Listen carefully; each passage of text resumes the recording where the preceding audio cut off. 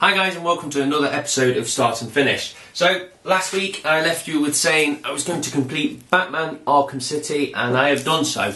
And the best way to describe playing this game is just a pleasure from start to finish. Now, with me playing obviously Batman Arkham Asylum, as soon as I played that I thought it was an absolutely amazing game, and a lot better than I expected. Then when I come to actually play City, I had mixed reviews. Some people saying it's not as good as the first one. In fact, that was the main thing I heard most people saying, it's not as good as the first one.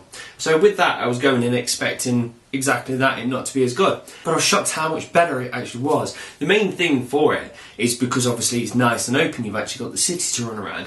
And the city is just amazing. When I first got into it, I was just shocked at the level of detail in the city because it's just teeming with life. Everywhere you go, there's something happening, or there's just always different character to the actual city throughout as you go along. But still, it's a good size and it's absolutely great fun. Just flying from building to building, even when you're not playing, it's a joy to actually just jump from building, fly around, hit a few bad guys and quickly fly off again before they can do anything. And that is brilliant because the things like Grand Theft Autos, to me, are awesome because you can play them even if you don't want to do any of the game, and it's not very often games can do that, but Batman has it. You can play as Batman even if you don't want to do any side quests or whatsoever. You just run around and have fun, which is awesome.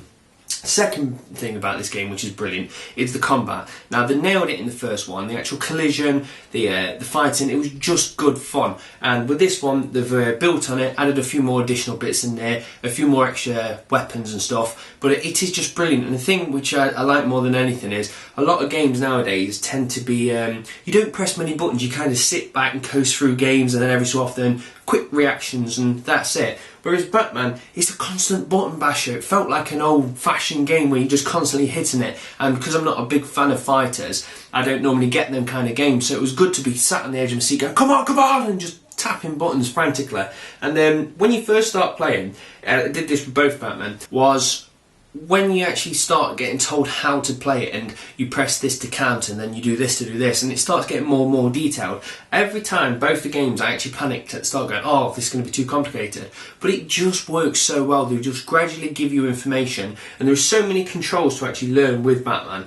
But it's given to you at the right pace, and to the point when you eventually know exactly what you're doing, it's awesome. Someone will come at you, and depending what they are, because some people need to be countered in different ways, but it is just brilliant because someone will come at you, you'll do one thing, then you'll do something else to other. So somebody who actually just came in and looked at the fight, every single move would be different, and it's just brilliant. And like the detection, how Batman could tell someone was there and someone was there, and to utilise them perfectly to then swing and hit somebody else, it was just absolutely amazing. Now, the best thing about this is everyone complained over number one, just saying the Joker fight at the end was just pretty poor, very basic, just thrown out there.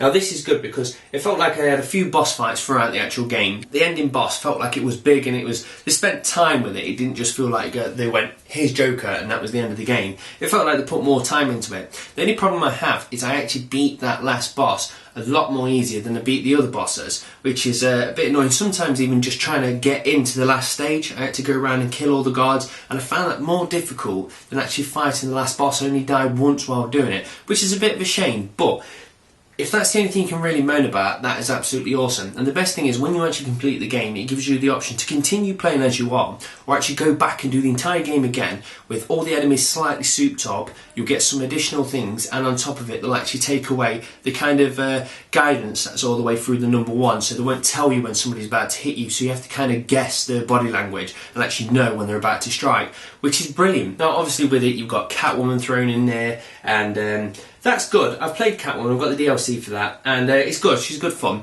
but I don't think it was necessarily needed. It's just obviously something they've chucked in, tried to make a bit of extra cash. It's fun to play as but you don't really need to. And the other thing is just the actual side quests are actually quite fun. When I was doing them, normally side quests can become quite boring, but I enjoyed all the side quests, especially when you had to go around chasing the guy with the phone and actually go around the city and pick the phones up at the right time to try and triangulate where he was, and everything just felt really, really good, and it didn't feel like a chore all the way through. The only thing I did miss out was the Riddler trophies. Now, I'm not one for collecting things in the game. I did it with the Assassin's Creed series. I collected the feathers or the flags, whatever it was at that time, and after doing that I said I should never do it again, so I never went around trying to find the Riddler trophies. Somebody may put in the comments now, oh, you've missed that because that would have unlocked something. I'm not bothered. I'm not there to sit repetitively going around trying to find these items. So aside from the Riddler trophies, everything felt fresh, felt new, felt enjoyable, and it wasn't a chore to play. So all in all, I am absolutely impressed with Batman, and it's definitely a must play.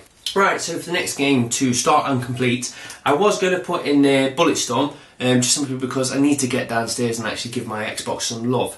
But I'm actually travelling tomorrow, so I'm going to be in the car for quite a lot, so I thought it would be perfect to actually set myself up with Cave Story.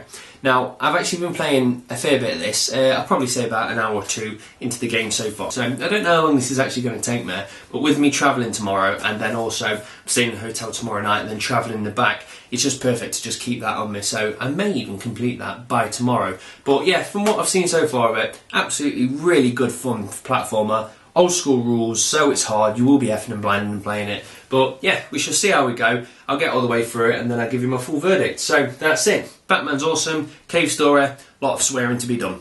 Thanks for watching, guys. Cheers. Bye.